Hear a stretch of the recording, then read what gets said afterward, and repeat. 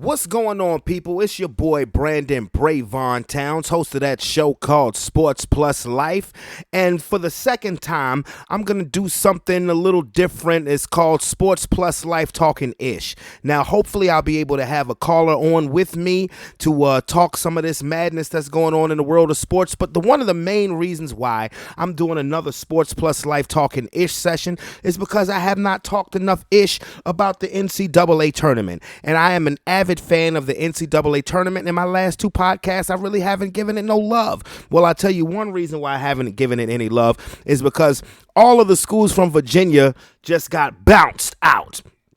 I mean, the only team that actually won a game in the tournament was Norfolk State, winning in the play-in round. Well, I mean, the first four round. They were a 16 seed. They played another 16 seed to see who would get the privilege of getting the shit kicked out of them by Gonzaga, which is exactly what happened. Norfolk State beat Appalachian State, and then they got demolished by Gonzaga. But, I mean, what can I say about the teams from Virginia? Norfolk State, they won a game, then they got killed in the round of 64. The reigning, defending NCAA champion, my Virginia Cavaliers, and the Virginia Tech Hokies, love my Hokies too, conveniently blew second half leads in their first tournament games, and they didn't, and they lost. Liberty, I thought they would beat Oklahoma State with Cade Cunningham, but they didn't. They lost their game. And then VCU, God bless them, because I feel terrible for them. They were 2.5 hours away from their tip-off, and they didn't even get to play because they had positive COVID tests. So that was an automatic win for Oregon, who then went on to win their next game and advance to the Sweet 16. And that's what's going on now, the Sweet 16. It's a little late in the Saturday evening, but you know what? Hey, I just got home. Well, not too long ago got home. I'm chilling. I'm doing what I do. And I was like, yo, I need to do a Sports Plus Life Talking ish. Why not? I mean, what's been going on here in the NCAA tournament, it's still been great, but I'll tell you something real. Throughout the whole year in college basketball, all you hear about is the Big Ten. The Big Ten, the Big Ten, the Big Ten. And the Big Ten had nine teams be represented in the tournament. They had 9 teams make the tournament. Out of a field of 68 teams, 9 of them came from the Big Ten, the most of any conference. Through the first weekend of games, through the round of 64 and the round, well, I guess 68 because Michigan State had to play in one of those playing games. Through the beginning of the tournament, through the first weekend, one Big Ten team is left. That is Michigan. Michigan State got bounced. Ohio State got beaten. They were number 2 seed. They got beaten by the real Cinderella of this tournament, Oral Roberts, a 15 seed. They're playing right now in the Sweet 16. I hear people talking about Loyola of Chicago. They made the Sweet 16. Unfortunately, they lost today to Oregon State, who was a 12 seed. Loyola of Chicago is an 8 seed, but to me, they're not. You can't. I mean, you could kind of call them a Cinderella, but this team was in the Final Four 3 years ago in 2018. We all remember Sister Jean. Oregon State being a 12 seed, they're headed to the Elite 8 by beating Loyola. They're not a Cinderella to me. They're a Pac-12 team who has been showing out, by the way. The Pac-12 has been showing out. Oregon, Oregon State, UCLA, USC, all of them are in the Sweet 16. And now Oregon State is in the Elite 8. But back to what I was saying about Oral Roberts. They're the real Cinderella. They beat Ohio State, Big Ten team. They're playing now. They're currently up on Arkansas, who's a number 3 seed. The SEC has repped okay too. Alabama and Arkansas are in the Sweet 16. LSU and Tennessee got bounced. The ACC, I believe the only representative we have, well, Syracuse being a number 11 seed is not a Cinderella to me. It's Syracuse. You know, they're what you would call a blue blood. So right now, Oral Roberts is up 7. Syracuse and Florida State are the only teams left from the ACC. Duke did not make the tournament. Kentucky did not make the tournament, even though Kentucky is SEC. But Duke did not make the tournament. Carolina got trashed in the first round. I told you what happened to my Cavaliers. So the madness is here in March. It really is. And if Oral Roberts If Oral Roberts wins today and go to the Elite Eight as a 15 seed, what you're going to have out of the South region, because Baylor just defeated Villanova. Baylor is in the Elite Eight. They play the winner of this game. What you're going to have going to the Final Four is something new, which I'm all the way here for. Either Baylor hasn't been to the Final Four since 1950, never won a national championship game. Arkansas hasn't been to the Final Four, assume if they win this game. They haven't been to the Final Four since 1995. Haven't won a national championship since 94. I will assume that Oral Roberts has never been to the fucking Final Four. I mean, you only hear about Oral Roberts when it's the tournament time. I don't even know where the hell Oral Roberts is located. I really don't. I don't even know where the hell they are at. But they are the real tournament darlings right now in the NCAA. Okay? But now I have to get into some madness. I have to talk some ish about some madness with the NBA. Do the Brooklyn Nets need everybody? And like I said, Sports Plus Life talking ish. I'm gonna have my mans on, Tony, regular of the regular podcast.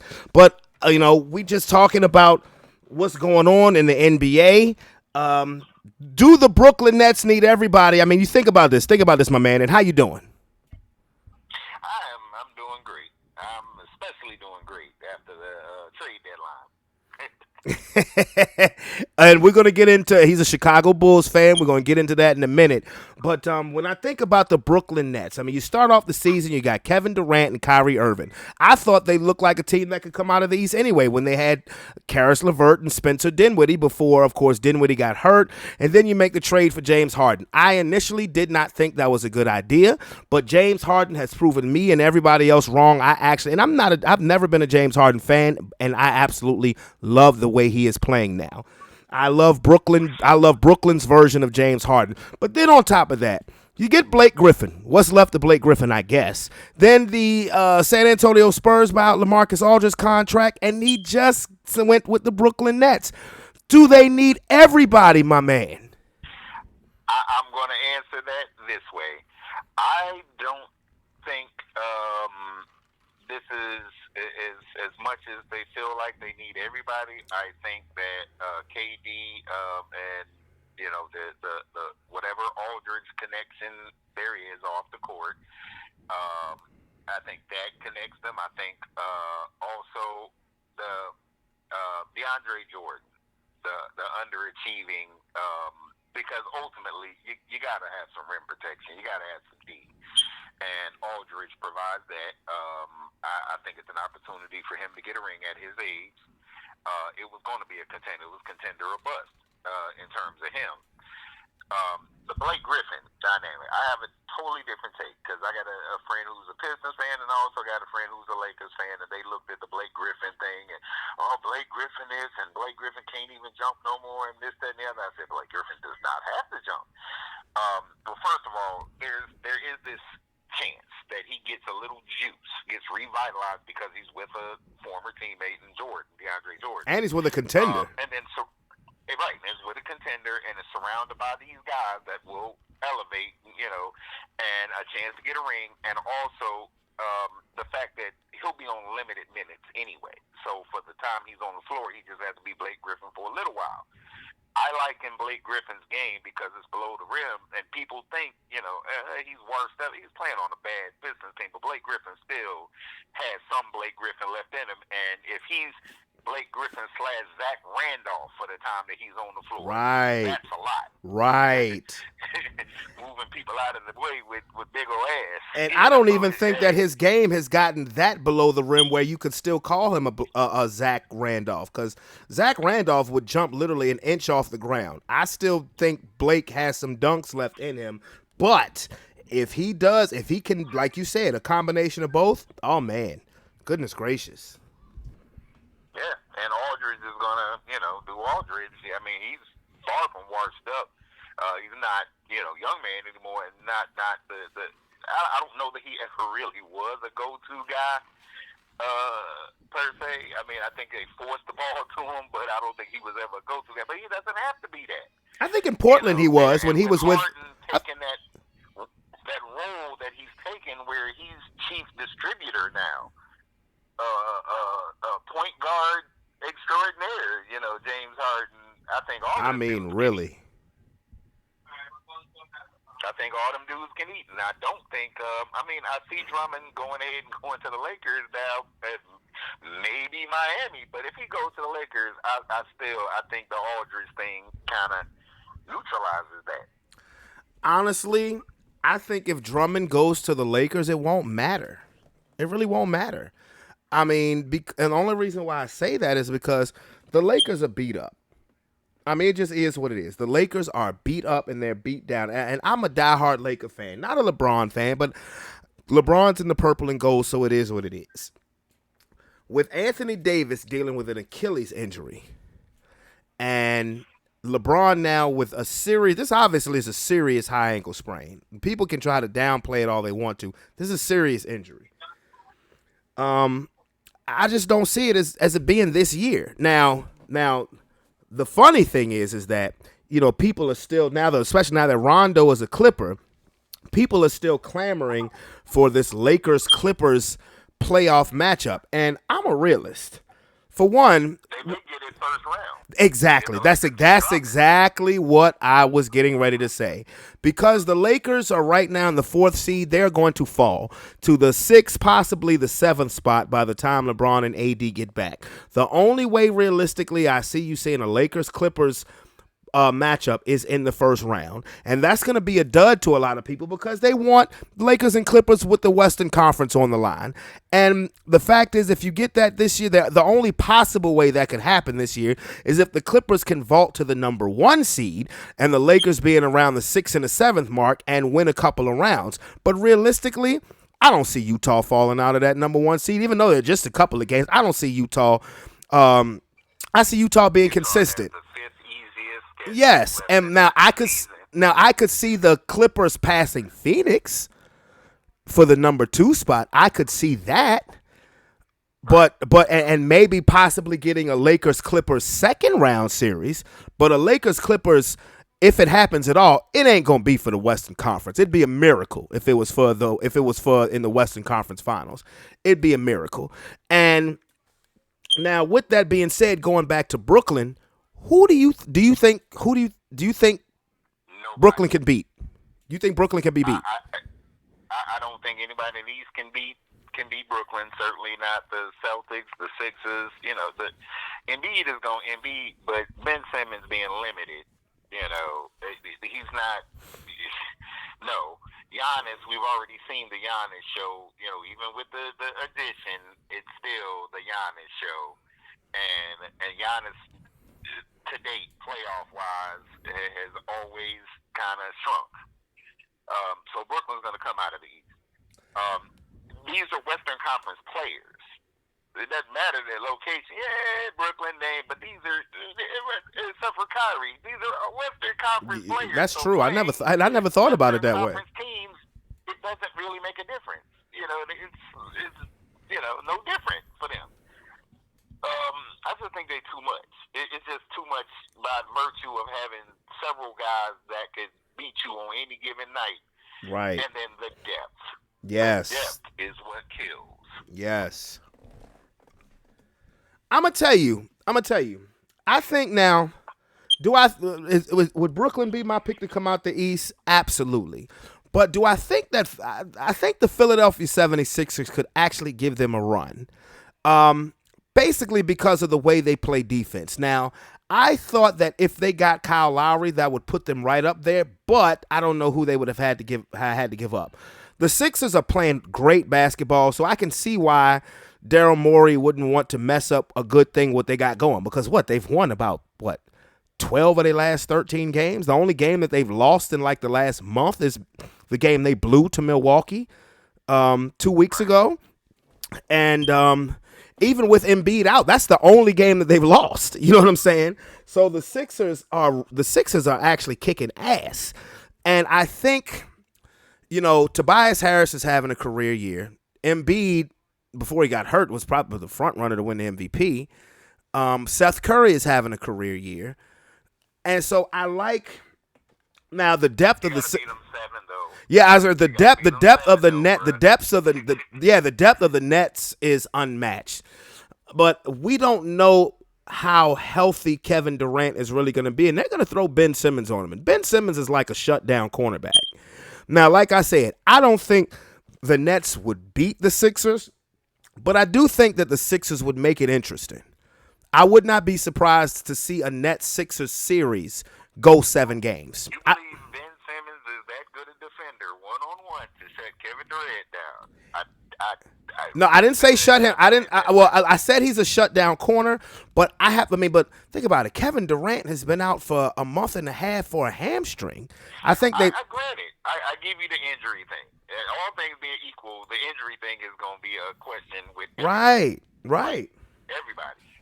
So I give you that much. But all things being equal, everybody healthy, yeah.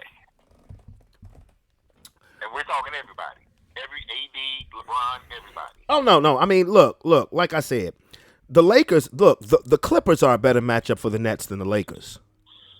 Okay, the Clippers are. Their mistake was Kyle Lowry. They needed Lowry and Drummond. If they get Lowry and Drummond, then we having a whole different conversation. You know, the Lakers were able to swing that. Well, Lowry is staying put. They may still be able to pull off Drummond, but I don't think Drummond to the Lakers is going to matter. I think all of the moves that the Lakers did in the offseason that everybody was giving them such praises for, I didn't give them that much praise because, okay, you added Schroeder, you added Montrez, okay, you supposedly got better offensively, but losing Dwight and JaVale and Marc Gasol is nothing more than a statue now. You know, all of their moves, and Wesley Matthews has been a disappointment. All of their moves that were so glorified during the offseason, mainly because they were the defending champs. Now you're looking at the same old excuse of, well, LeBron doesn't have enough help. And I'm a Laker fan, and I wasn't crazy about the moves to begin with. I thought we should have kept one of the two, either Dwight or JaVale McGee. And damn sure shouldn't have let Rondo. I know Schroeder's a better scorer, but I mean, Rondo is a champion. You know, and now that champion is playing, you know, for the other team in that stadium. And to me, honestly, I think that the Clippers are going to come out the West with that deal. I think that's going to vault them to come out the West. If we find out later on that the hold up with potentially getting Laurie was THT, did you really think, or Raptors were gonna take KCP? That was the holdup. THT was the holdup. That's what I'm saying. Come on, you got to make that move. You're LeBron is, and I understand not mortgaging your future, but I mean, really, I would have made that move in a heartbeat. That was the holdup. You know, THT. They really like Taylor Horton Tucker, and but yeah, that was. But is he the cornerstone of your future? No. Shit. You think so? No. I was saying when you said that, I was like, oh, hell no. He's not. He's not. So I would have made that move in a heartbeat. Man, look, I ain't never seen the window. Yeah. I ain't never seen the cornerstone in nobody's franchise be a person with a hyphenated last name. I'm just being real. Exactly. Maybe they know something we don't know. Maybe they do. Well, I would like to damn it see it. Now, Chicago Bulls fan, vent your happiness. I'm ecstatic, except for I'm ecstatic. At the end of the day, I'm calling it now. Lonzo Ball is going to end up being a Bull. I'm fairly confident with that because they're going to get the Bulls are going to outbid the Pelicans. The Pelicans they want him there, but they don't want him there, which is why they was even talk to the trade. I don't know. Maybe we didn't add enough because there was talk of Lauri Markkanen for Lonzo Ball. Maybe they wanted a pick, and the Bulls said, "No, we ain't giving you a pick too. He ain't that good." But but he'll end up in a Bulls uniform. I would not be surprised today, tomorrow. Well, not today, but tomorrow or the next day, Jeff Teague end up in a Bulls uniform because they're looking into him. He's sort of kind of washed up, but he's competent and a veteran, and that is the one piece that they're missing. Did the Celtics buy him out? Yeah. So Jeff. Hold on, wait a minute. I didn't know this. The Bucks. Jeff Teague is on the Jeff Teague is on the market. Yeah. Oh no, I would get him. Yeah. So he fell out of favor in Boston, so they don't have no use for him anymore. Speaking of falling out of favor, I don't know what Dice did in Boston, but we thank you. And that's what I'm saying. Think about this. And Boston gave us a backup. Yes, think about this. Think about this. Jeff Teague, the game against Milwaukee, the game before the trade deadline, Jeff Teague got off. Now, I know Theis missed the game-winning shot, but he's been a key part. Like I didn't understand that, but I knew Theis had went to the Bulls, but I had no idea that Jeff Teague was on the market. Yeah, you got to get him. You better get him before the Knicks do. No, it's not the Knicks we got to worry about. It's the Bucks we got to worry about. Those are the two teams that he's linked to, us and the Bucks. Well, okay. Well, let me ask you something. Let me ask you a hypothetical question. Do you bring back Jabari Parker? You know he just got cut by the Kings. No. Jabari Parker, see, it's one thing coming there and playing, and maybe your skill set didn't mesh with the current team, or you rubbed the coach the wrong way with your skills. His mouth. His father, a nice guy, but his father's mouth. Bulls didn't give him enough minutes, and then Jabari Parker made that comment about playing defense or not playing defense. You made your intentions known there, bro. You weren't gonna, and then on the court, same thing. He would get sat down because he wouldn't play D. He wouldn't play D. He'd watch his man blow past him time after time, and so they just decided, it wasn't working. He had the 2-year deal. They only kept him 1 year, remember? Yeah, I mean, when I think about Jabari Parker, he's like I almost want to call him a basketball tragedy. Yeah, so no, you don't bring him back. You get Teague if you can, and you roll what you got because they're pretty deep to the extent where dudes like Denzel Valentine, they may not get any minutes in the rotation because they're we're deep as hell at forward. We need that point guard because Satoransky is now, I guess, the point guard. And Kobe White never was a point guard. But you can use him as a Jamal Crawford type dude. That's a boy from North Carolina, right? Type dude. Yeah. He just didn't work out. I don't know why they tried to make him a point guard. He's just a small 2 guard. But he's a microwave, and he can score in bunches when he's hot. But he makes a lot of bonehead plays, and you do not want the ball in the hands of a guy that has that kind of poor decision making. But I think that Vucevic, being 30, his game translates to an old man game. So we got him for 2.5 years, but legitimately he could probably play to 35. The style of play that he has, but he'll help Levine immensely. Yes. But I can tell you now, AK is going for a trio. Don't know who that third person's going to be. It may very well end up being Lonzo Ball, but I think he's going for a third person. Well, it wasn't Otto Porter because you've traded that waste of money away. 45 games, man. 45 games over 2 years. If you can't stay on the court, you can't contribute. If you can't contribute, what's the point? We got Thaddeus Johnson was the surprise contributor there. So he's that would be Thaddeus Young. Yeah. I got it. But we call him Thaddeus because he play like Magic. But he's the guy that'll end up sticking because he's a good glue guy and he's exceeded expectations on a bad team. So do you think you guys make the playoffs? Yeah, absolutely. Absolutely. It depends on how quickly they gel, but remember, we're only 4 games out of the 4th spot.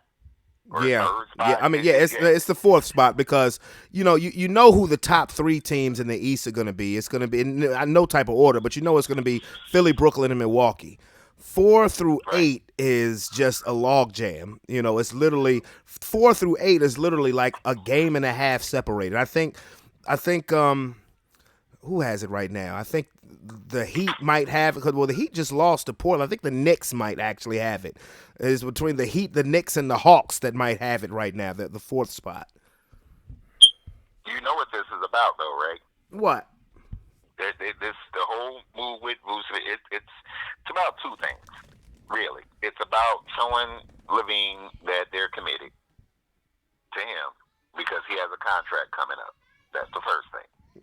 You want to show him we'll get you help. We'll build, give you teammates, legitimate teammates. The other thing, it's making Chicago a desired free agent destination again. That's what it's about. It's about brand building. It's Yeah. about filling them seats, but it's also about them free agents, these free agents to be looking and saying, "Hey, they got Levine and Lucy. I could go over there and we could make some noise." Yeah. That's the way. That's what the NBA is now. That's what it is. There's no more guys taking the money because the money doesn't matter quite as much when teams being able to give you the same amount almost, except for the team you play for. So it's not about that anymore. It's about where can I go and be competitive with these other super teams. Okay, so let me ask you something. So who do you have right now? Who would be your prediction of going to the finals? Okay, well, obviously the Nets. The Nets versus who? I have to say the Clippers. That the Rondo move. It's not the Rondo move. People look at it and say, "Oh, they got Rondo," but Rondo regular season versus playoff Rondo was two different dudes. Oh, totally. Night and day. I think that's the thing that they were missing because they were all over the place. And love Pat Beverly, but Pat Beverly has one job, and it ain't. He's not a team leader. And he's not a He's point. He's not a general. point guard. He's not a point guard at all. Right. So I think putting that ball in the hands, it elevates everybody because Rondo is a floor general. He put everybody in the right position. When teams make runs, he knows how to slow it down, how to shut it down, and you're adding another excellent defender to a team that already has a hell of defenders. Yeah. That's what I just think that move makes all the difference in the world. It makes all the difference in the world. When you watch the Clippers right now, when teams go on runs, there's nobody to stop the bleeding. Nobody. Nobody. But there's nobody to stop the bleeding, to change the pace of the game. These are things that made people like Tony Parker so great. You could be a team like Golden State, but Tony Parker would control the momentum of your team by slowing the game down, and that's what Rondo does. Yeah. Absolutely. And that's honestly they're my choice to come out of the West too. I'm not gonna go Skip Bayless and say they're gonna win the title, but I do think they'll win the West. Okay, so all right. Haven't talked to you since your boy signed his deal. All right. I begrudgingly do this, but you are a Cowboy fan and I am a fair man. You know, you're a guest and the floor is yours about the contract, but somehow, some way, something inside of me says that you don't necessarily agree with that contract. Please tell me if I'm wrong. You're not wrong, but you're not right. Proceed. I'll go both ways. You're not wrong, but you're not right either. Proceed. The problem with Rain Dakota Prescott. Okay, the problem with him and assessing him as a player is statistics. Statistics. Everything about the guy's statistics puts him in the top, except for winning.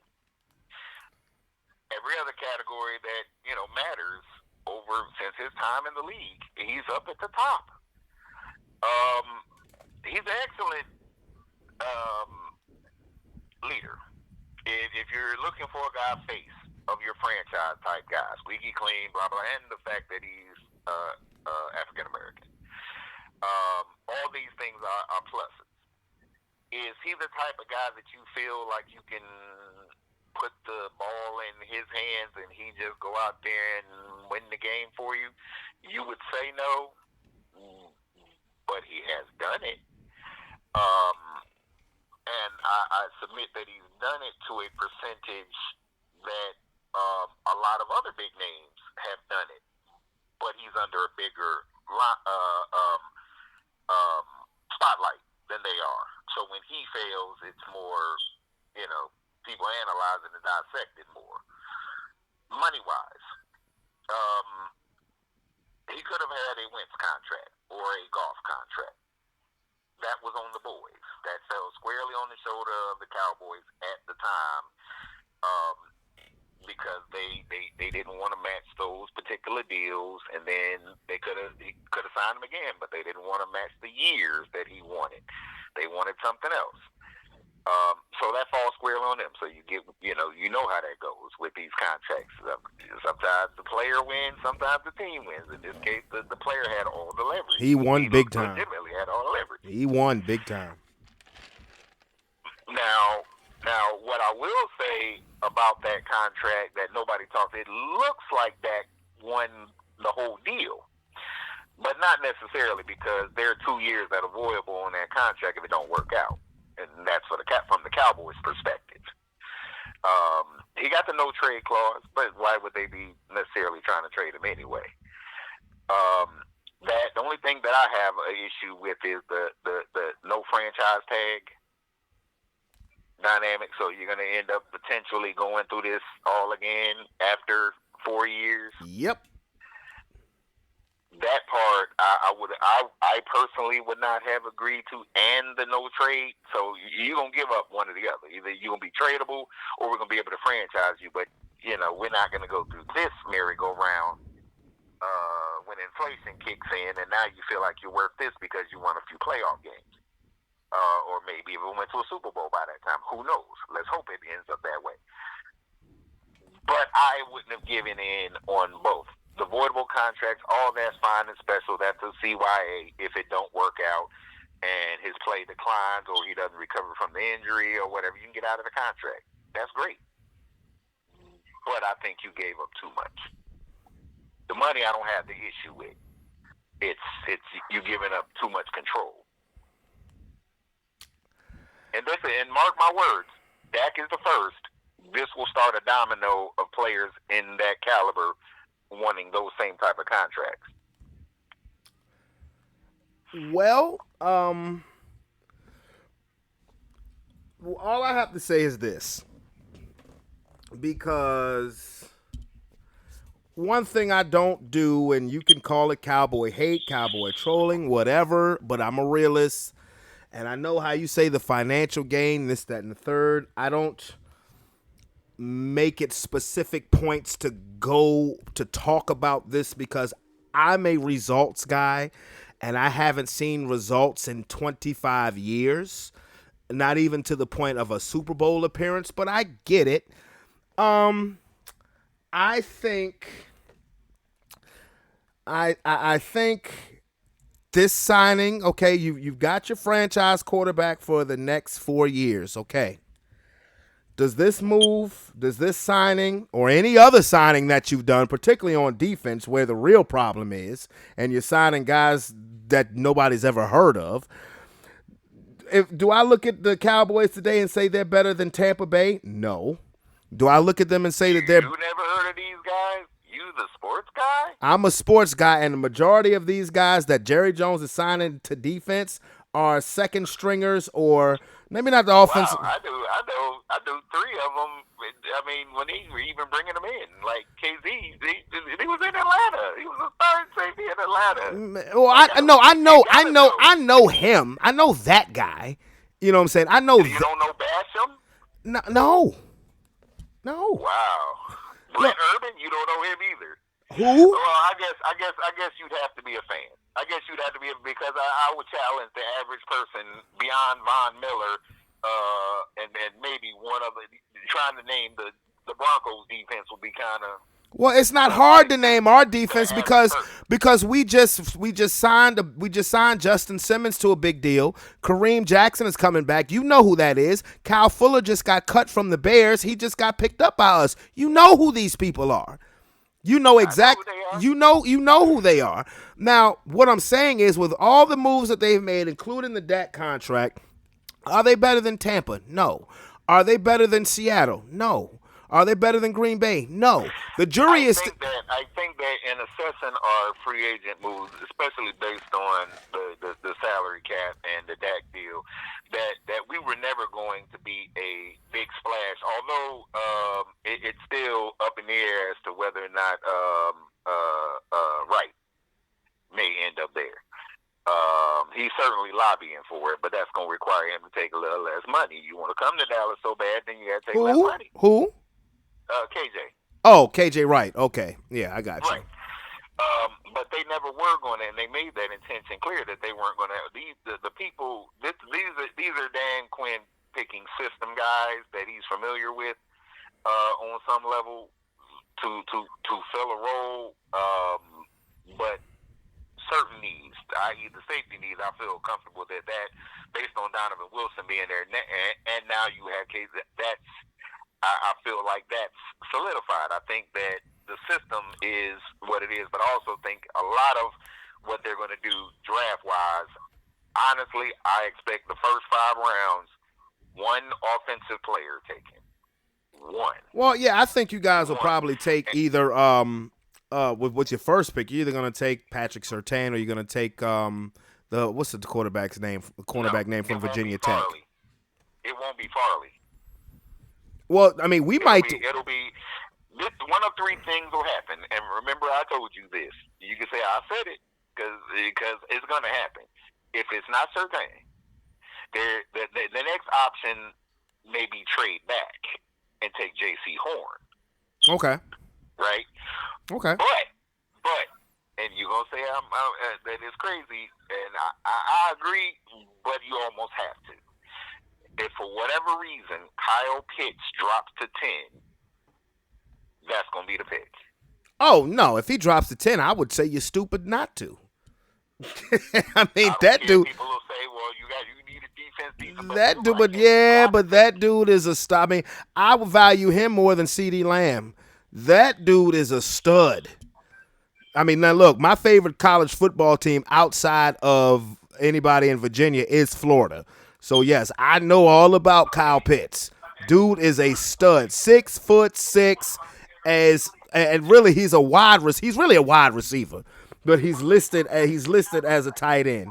Dude can flat out play. I mean, he carved up Alabama's defense, which to me wasn't saying much because Alabama really this year was based on offense.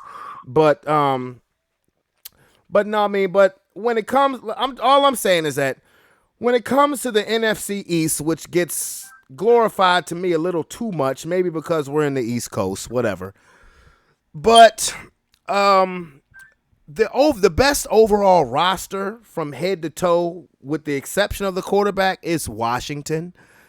But I can't put my stock in Ryan Fitzpatrick. I can't put my stock in a 17-year guy that's only won double-digit games once and has never been to the playoffs. I'm sorry, I would have kept Alex Smith. That's just me. Because Fitzmagic gives you magic the first 4 games of the season, then he turns into Fitztragic for the next 12. I know they still have that defense. Who know? I don't know. I mean, the funny thing is that I see Ryan Fitzpatrick beating y'all twice just because he would get up to play. He would be on his best behavior. But the team I think really to look out for in y'all division is the Giants. I think you realize because this is a prove it year for Daniel Jones, because I mean I know they just got Kenny Galladay. They already had weapons. They still had Slayton, Sterling Shepard, Evan Ingram when he decides to catch the ball. They also got Kyle Rudolph, and then you get Galladay, Saquon Barkley's coming back. So to me, they're the real dark horse when it comes to that division. But So it just remains to be seen. I just wanted to get your take as far as your opinion as far as the contract signing with Dak and what's been going on with you guys in free agent and what you could possibly do in the draft. Quickly, what's up with Deshaun Watson? Um, Woo-hoo. I mean, I mean, you know, I don't know. I don't know. I'm like everybody else. I don't. But I will say this. And I mean, I've gotten lambasted on Facebook for this. My wife really don't. She kind of agrees with me. Frankly, I'm sick of Me Too. Oh Because yeah. all it is, it's convenient that these things just coincidentally drop. At What? these certain times, and then here comes everybody out of the woodwork. And then you ask the question, well, why'd you wait so long well, because I was afraid, and because and this goes to the Bill Cosby. What did he do? If you tell anybody I'm going to stick a pudding pop so far, you won't know what, come on now. You woke up with the Mickey and the pudding pop. Exactly. So come on, everybody though, Cuomo, everybody. Do I believe that maybe a singular female, or two, specifically a masseuse. The first person that she was a masseuse. I could potentially see that, especially if she was a good-looking masseuse. He make a comment or Off something. Instagram. I could see that. Off Instagram. But all of these people, no, I don't believe that. Simply because there was never, and if it was, they did a hell of a job hiding it. Because I ain't never hear nothing about Deshaun Watson all through college. Nothing. And see, that's my Not thing. even a peep. That's my thing. My thing is that, okay, if you feel like this person sexually harassed you, sexually assaulted you, why aren't you filing criminal charges?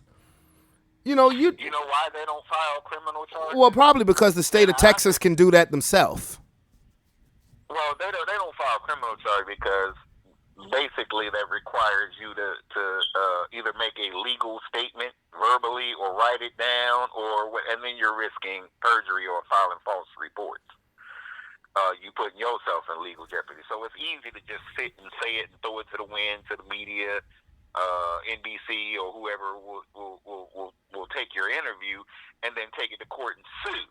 It's easy to do that as well because, again, it's a little different thing knowing that likely before it ever goes to court, they'll settle just to save the headache of going to court. Well, But if they stayed on principle, like somebody like Deshaun Watson, he stayed on principle. Said, "Take me to court. Yeah, let's go. I'm ready to swear in right now." Likely, it would just go away. Well, one girl, I think the third girl who filed a charge has already been shown to be lying. What's already been shown is already text messages showing that that they had consensual sex, but since they had consensual sex, she's asking for six figures. And he was like, no. And then he's like, okay, well, guess what? I'm going to charge you with a civil suit with blase, blase, blase. Like, I find it hard to believe that all of the, damn, they making him seem like the Bill Cosby of the NFL. And I find it hard to believe all of that stuff is true, too. It may be, except, what's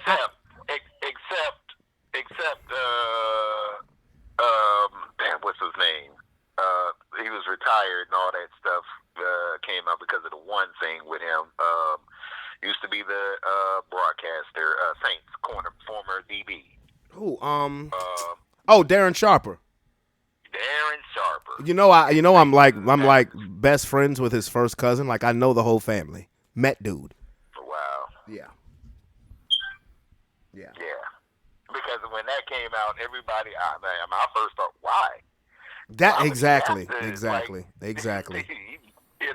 don't judge men's looks, but he had money, he's a good-looking guy. It seemed like he could just get it, But maybe it was a thing with him with the control. I don't know. Well, see, he came out and admitted it in the courtroom, Yeah. And so, But see, you're talking about a case of maybe like you're talking about 5 women in different states. Okay, I mean but now you're talking about 12 women from the same area, and it just seems I don't know. I don't know. I don't want to sit here and call nobody a liar, but it's just like it seems really convenient. That's all I'm gonna say. Well, I said my piece. I'm not a fan of the old B2 Yeah, and as movement far thing. as you I getting, understand why it was necessary, but I think that in its inception, it was one thing. But then all of a sudden, it's like literally everything and everybody. It's all me. You can't even watch Coming to America without here come the Me Too, and these are black Me Too people coming and screaming. How could you glorify a rape scene? Was anybody really thinking that when Leslie Jones was doing that? yeah, man, like yeah, exactly, like I really, was thinking that's nasty. That's all I was thinking. right? And and see the whole getting trapped. Look. See, this is where I have an issue with society today in general. Is that look, everybody doesn't have to think the same way about the same thing. It's like if you don't think the same way that the masses think, now all of a sudden you're inappropriate. And to me, I'm gonna say this straight up: fuck cancel culture, okay? Because everybody makes mistakes. Now that person who made that comment about them high school girls, no, yeah, fuck him. You know what I'm saying? Done with him. But but as far as everybody else wanting to cancel this and cancel that, no, because the same people that want to sit here and say you're wrong for doing this and you're wrong for doing that got skeletons in their own closet. Nobody is perfect, and they probably done stuff where they could get their own asses canceled. So I mean, look, look. Don't let's not kill comedy because people want to be too damn touchy. The Coming to America thing is what it was. It's a funny movie. Don't be too damn sensitive and thin-skinned where now you can't even be a comedian anymore because people want to open their mouth with a motherfucking opinion. I don't have time for that. I don't have time for that. The fact is that people need a reality check. The world ain't sunshine and roses. Racism exists. As much as we don't want it to, sexism exists as much as we don't want it to. Is it right? No. But can you make light of it by making fun of the situation without acting like you have a stick up your ass? Yes, you can. Okay, I had to get that out. I'm sorry, I had to get that out. No, because because honestly, that shit pisses me off, man. It pisses me off. Where everybody, if you don't think the same way, it's like we have freedom of speech, right? But it might as well be an asterisk behind that. Because if you say what you feel and some people, oh, that offended me, man, fuck you. I mean, I'm being straight up. You know what? Chill out. Go take a shot. But it's a fine line with that, though. It's a fine. I agree mostly, but it's a fine line because there are certain things that people shouldn't just say, and because you have the right to say it doesn't mean that you should say it. We just learned that over the past 4 years with the Orange Idiot. Oh yeah. And it emboldened a lot of people to say some things they probably shouldn't say because it gets your teeth knocked out. I don't disagree with you, but some people just take it too damn far. Some people, like, you have to walk on eggshells now with everything you say. Now, look, if you're going to come out and be blatantly racist, and like I said, like the dude about the high school, no, to hell with him, because now you're talking about kids. You know what I'm saying? Now you're talking about kids. But a lot of other people just go like, did Myers Leonard go too far when he made a statement? Yeah. I mean, to me, you're being recorded. Why would you say that and you're being recorded, dummy? You know what I mean? Right. I mean, honestly, dummy. And obviously he said that before because he felt too comfortable saying it again. I mean, now, if you're not going to know what the hell that word means, you shouldn't say things out your mouth you don't know what the hell it means. I've never used that statement before. I've heard it before, but I didn't know what it meant. So I'm not going to, say that to somebody I don't know what the hell it means. And if that's the equivalent of calling a black person a nigga, no, I'm not going to say that to a person of that race. You know But what I'm saying? smarter people than Myers Leonard have made that same mistake, and it's Ex- been something that was less harmful than that. But he should have known better. Here's looking at you, Mr. Mark Jackson. you mean Deshaun Mr. Mark Jackson? Jackson. No, I mean Mr. Mark Oh yeah, Jackson. yeah, yeah. That's right. Yeah, yeah. Right. He could have still be working. He should be still working He in should the be. NBA. Why is he not? Because cultural insensitivity. Your personal opinion about what people do in their bedroom, it doesn't matter. You there to coach. I understand you're a religious man, but once you put that out there, you alienated a fan base, which hurt what? Your franchise, which make the owner unhappy. And a location. Realize, Oh, where know you your at? audience. Yeah. Realize where you are. Yeah. You think he could be coaching in San Francisco right now? No, no, no, no, no, no. Exactly. I felt what he was saying. I understood what he was saying, and I agreed on some level. But you know, you can't. You can't. You're not in a position like Popovich, where you can espouse your political views and with no, repercussion. Yeah, because he hadn't won any chips. Like Steve Kerr can do it. He can do it now. Right. Because he's won 3 championships and been to 5 finals, albeit with the team that Mark Jackson built. But but now because he's got the results, he has the cachet. Doc Rivers, he can do it. He can do it. Doc Rivers can do it. Yep, absolutely. Absolutely. And they have done it. So, Yep. that shows you all win, then you can get some leeway. Yep. Yep, pretty much. With that. But that is what that is. We're gonna have to with that whole thing, the name that kept popping up in my head that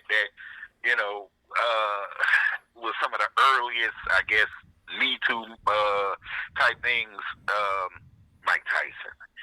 Because I saw your post about Mike Tyson, and his fight, and I thought about way back with his situation and the National Organization of Women saying, if a woman wants to go to a man's hotel room and take off all their clothes and lay on his bed, and that's okay. No, it's not. She still has the right to say no. No, it's not, because you're sending a message. You're sending a message, a totally mixed message. No, I'm sorry. That stuff is just stupid. That's stupid. My grandma, I growing up, I used to listen to my grandma talk to my aunts, and because I'm actually older than aunts and uncles, and so I grew up in the same era, and she would repeatedly say, "Don't let them go to second base unless you're gonna let them go home." Yeah. So what you doing up there in this hotel room laying across his bed, but negative? You didn't plan on doing anything. Exactly. At 3:00 in the damn morning. So that is what that is. But hey, it's the world we live in. And then on top of that, the girl going to admit that she lied back in 2003. And then people going to get mad at Mike because Mike said, she took my career from me. I should rape her now. And then people going to get mad at Mike. The bitch just said she lied. He did 3 years in jail behind that. He's a different guy. And so... this was back in 2003. Then that Mike back then was such a weak-minded individual. He let, Robin Givens and her mama make him look like, an animal. Exactly. And she's jumping on, and she's trying to jump on the bandwagon. Like she's seeing, because Mike Tyson is hotter than ever now. And, people from his past now are trying to see that, they trying to cash in. And it's like, bro, come on now. Get your life together. People say what they want to say and gonna believe what they want to believe. And just like the other day, when Tina Turner put that thing out there to her fans, as if she's about to leave us, people brought up her some of the stuff that was in the movie. What's love got to do with it, and stuff that her and I both said never happened, but yet they put it in that movie anyway and put it out there. Right. So. It's what people do. It's what they do. It is, and it's all for money. But anyway, let me get out of here because this game is getting good. The 15th seeded Oral Roberts is up 6 in the second half on Arkansas. And I'm going to eat me some dinner. I want you to do a podcast. Huh? I want you to do a specific non-sports related podcast on a subject. Oh, sure. Hey, just text Excuse me, me. I'm eating a piece of cake. No, it's okay. Just text me what you want to talk about, and we got it. Okay. We got it. So anyway, yeah, but I'm gonna holler at you, my man. Okay. All right, bro. Later. Later. All right, that was my man Tony. It's crazy how Talking Ish is going to last longer than the actual podcast that I just put out 2 days ago, but it is what it is. Again, it's your boy Brandon Brevon Towns. I got some shrimp and some fish to eat that Mrs. Towns made, and it fitna be bum. So I got to go. I'm going to watch this game. I'll holler at y'all next week. Y'all be safe. Enjoy your weekend. Peace.